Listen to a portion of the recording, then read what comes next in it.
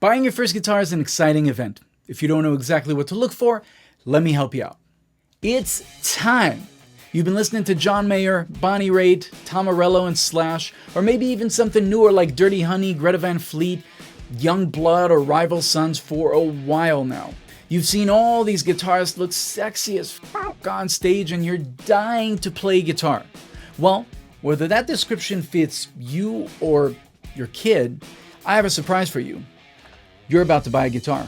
So let me help you out a bit with what you should be looking for when choosing your first guitar. The debate about electric versus steel string versus nylon string is one I'm not going to get into right here. I'm talking about your first electric guitar. Now, since this is your first electric guitar, I know you want to buy a boutique $5,000 guitar, right? But we know that you might stop playing in 2 weeks when your fingers hurt. So let's start cheaper. I'd say if you can budget $100 to $500 for your first guitar, you can get a fine 6-string for that price. Depending on where you are geographically, the cheaper $200 to $300 range guitars might be a no-name brand, or they may be an actual brand you know, but it's their lower-end, more affordable brand. So for instance, Fender, which you know if you've ever seen Jimi Hendrix, Eric Clapton, John Mayer, or David Gilmour, has a lower-end product called Squier. Gibson has the same lower-end products with the name Epiphone. They look the same as the expensive Fenders and Gibsons, but they're made with cheaper parts and cheaper labor, so they cost less when you go to buy them. But you can also find so many other lower-end brands out there that look great and hopefully feel great too. On that note, this one's important, so please pay attention. There are a lot of things out there that can make even expensive guitars feel bad in your hands. As a beginner, we want you to feel great when you're playing. We don't want you struggling and getting pinched by guitar parts every time you play. Nothing will discourage you more than pain and discomfort when you're starting something new.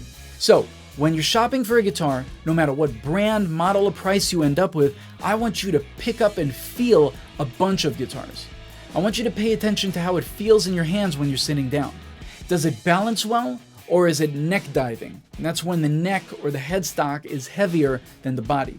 Is it a skinny neck versus a thick neck? There are many neck shapes and neck thicknesses. As you can see here, the C shape on the top left is much skinnier than the fat BB bat on the top right. Those aren't the only ones. There are many other neck shapes available. Every era kind of came with its own neck shape. That's actually one of the differences you're going to notice when you buy a vintage or reissue guitar. A 1957 Stratocaster is going to have a soft V neck, whereas a 1963 Strat will have a C-shaped neck. As a beginner, you don't want to struggle with a thick neck, so get one on the skinnier side. You'll appreciate the thick ones later on in your music adventure. Now, how do you know if a neck is skinny or thick?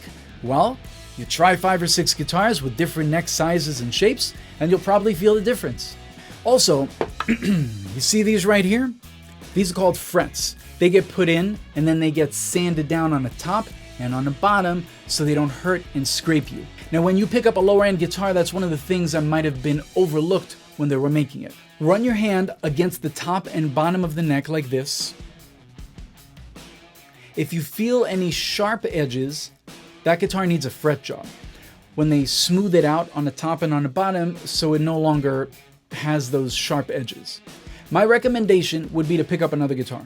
It can be the same model, the same color, the same exact guitar, just a different one.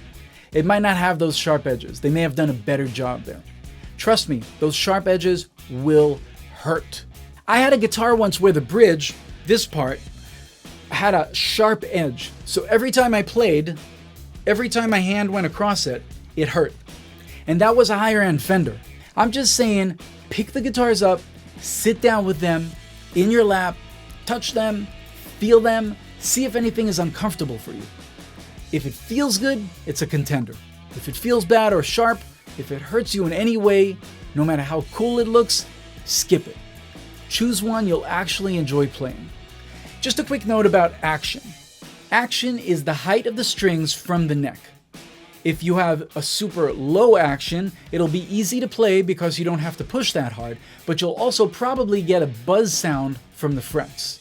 If the action is too high, it'll be super hard to play because you'll have to push really hard on the strings, and it'll be harder to make the guitar sound good while it's also hurting your fingers. So if you know how to play a chord or two, try it on the guitar and see if it's buzzing or if it's too hard to play. Or maybe it sounds good and feels good. As far as tuning goes, the hardware used on the lower end guitars is usually cheap. You will most likely encounter some tuning issues. The guitar will probably go out of tune a lot, and guess what? You're just gonna have to tune it.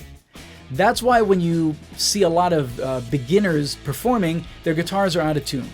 They tune the guitar before the song, it's not that hard, but then halfway through the song, it's already lost the tuning. They're just cheap. That's how it is. That's how they're made. The guitars I use can take a beating and stay perfectly tuned for 5-6 songs straight. They're just made better and have better hardware. Don't worry, you'll get there. As far as pickups go, there are two main styles of pickups to be aware of. There is the single coil pickup.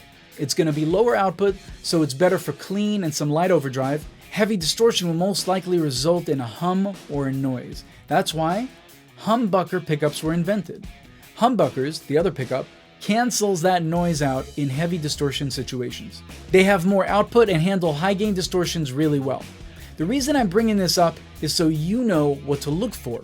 If you're a fan of blues like Clapton, Stevie, and all the guitars that they grew up on, you'll most likely get those sounds and tones from a single coil setup like my Shabbats. If you like heavier stuff, anywhere from Slash to Metallica or anything equivalent to nowadays, you're gonna want a guitar with humbuckers. I've actually got my friend Travis from Traverse Guitars making me a new one with humbuckers since my old Les Paul is in Guadalajara. In general, the best first guitar pickup choice in my opinion is usually an HSS setup like this one. Humbucker, single, single, HSS. It's got the humbucker sound for heavier distortion and the cleaner single coil options for lower drive and clean tones, all in one guitar. By the way, once you've found a guitar you love, get that one. Don't let the sales rep get a new one from the warehouse. I know, you may want a brand new one, but trust me, every guitar is unique. If you played one that felt right, that didn't have sharp edges, the action felt well, and it stayed in tune when you played it, the same exact one new out of the box from the warehouse won't necessarily be in the same shape or condition. But if you have to have a new one out of the box, make sure you try it in the store. Make sure it's in the exact same shape as a floor model before you go home with it. There's a lot more to talk about, so maybe I'll make another video, but I do hope this helps you with your first electric guitar purchase. If you don't mind, help me out by crushing that like button and subbing to my channel. Have fun playing, and I'll catch you next time.